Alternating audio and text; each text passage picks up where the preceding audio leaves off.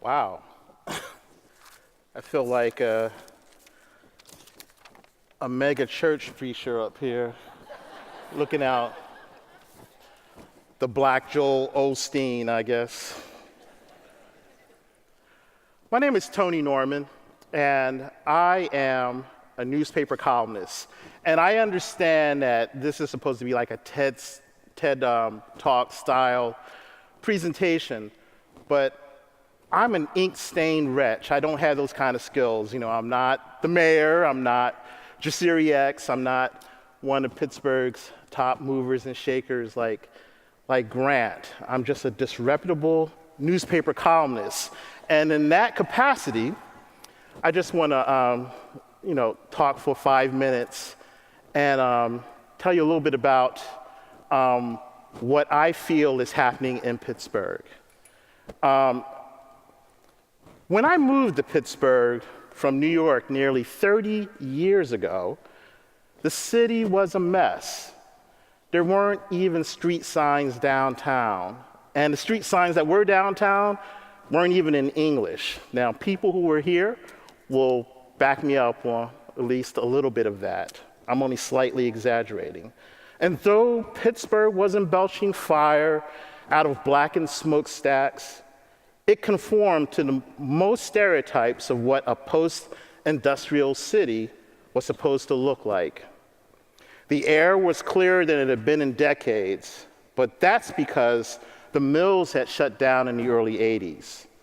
The heavy metal particulate count had dropped, but there was still enough despair swirling around neighborhoods like Homewood and Garfield and the Hill District to take your breath away.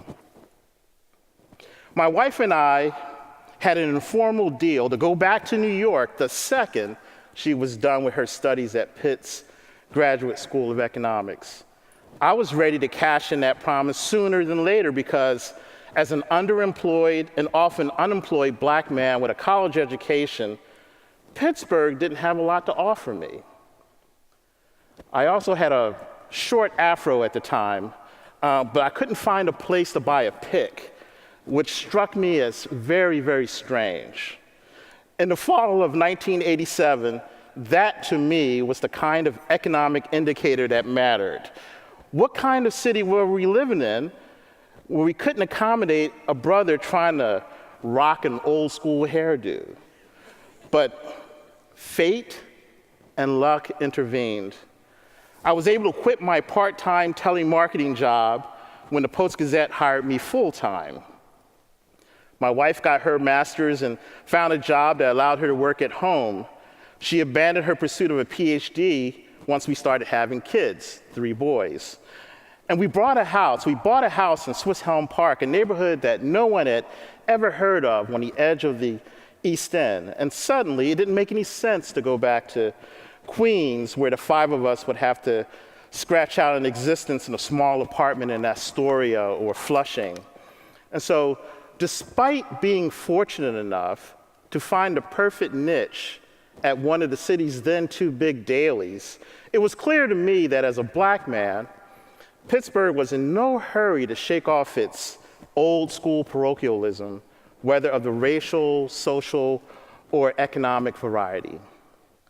When I came to town, Tini Harris was still very much alive, but floating around like a ghost, enmeshed in poverty and trying to get out of an onerous contract with a guy who had the legal rights to his treasure trove of photographs that chronicled the history of Black Pittsburgh. Tini's plight was a metaphor for not only Black Pittsburgh, but for all of the forgotten Pittsburghers who have talent and resources that aren't recognized. Though he was fortunate enough to have lawyers from Reed Smith working pro bono on his behalf, institutional recognition of his enormous talent and the value of his photographs was years away.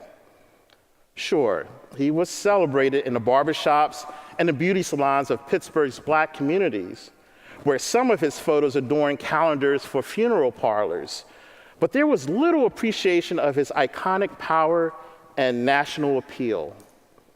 There was a glimmer of appreciation for his talent, but not enough to move the institutions that could have spared him the indignity of poverty in his final years and help him claim a more significant place in the city that would celebrate his legacy with lavish retrospectives years later. Tini Harris died broke and underappreciated in a town he effectively immortalized with his camera. That happened in what I call the Old Pittsburgh. Such a travesty is less likely to happen in what Pittsburgh is becoming for a variety of reasons. These days, we're more likely to ask questions specifically tailored around how to go about advancing the just and sustainable city we know Pittsburgh can be. We know that as the heirs of Tini Harris, Marianne Williams, Francis Scott Key, and Andy Warhol, we no longer have to be confronted with the false choice of either self-exile or death in obscurity when trying to make it in this town. As new people have come into this community for school, for work, or for the challenge of just trying to make it in Pittsburgh, they've brought a lot of fresh ideas and thinking with them. They've entered once moribund institutions and made them more receptive to new ideas and ways of doing things. More importantly, new people have brought fresh sets of eyes and values with them. They're able to look at the people and places old-timers have taken for granted with the enthusiasm of new converts. And more importantly, they're willing to roll up their sleeves and work. A new optimism is beginning to take root. There's a new realization that Pittsburgh's greatest resource isn't its cool restaurants or its riverfronts. Our greatest resource are the people already here. It can be seen in the do-it-yourself ethic of the residents of Homewood who are teaming up with the city to buy the empty, abandoned lots next to their homes to convert into community gardens. It can be seen in the visionary entrepreneurship of a young Justin Strong who opened a club called Shadow Lounge in a rundown commercial area of East Liberty years before Whole Foods arrived. It can be seen in all the public and private efforts to reach into marginalized neighborhoods with efforts to draw out and recognize the talent and humanity of the young people there before it is validated somewhere else.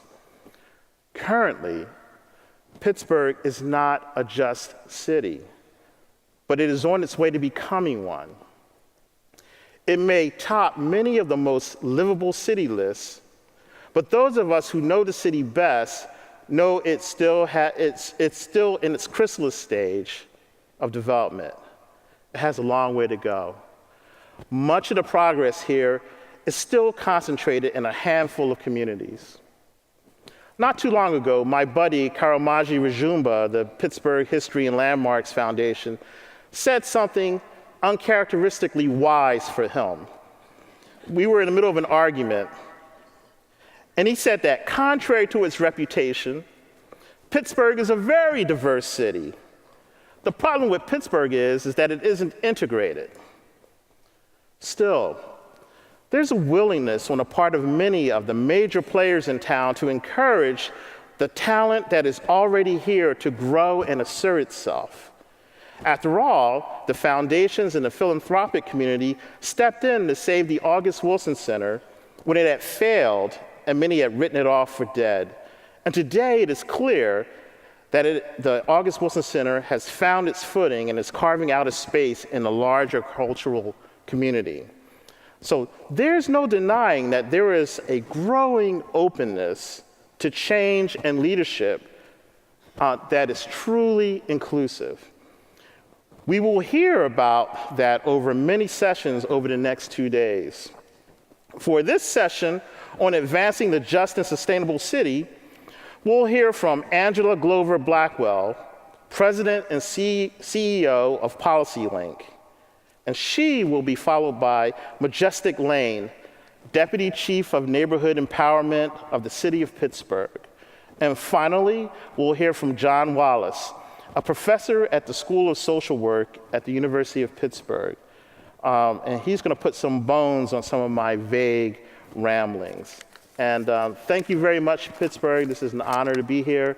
It's good to see you folks. And if I may put in a plug for the friendly neighborhood newspaper, please buy the Post-Gazette, please. I don't want to have to start looking for a job because I'm not going to find one. Thank you.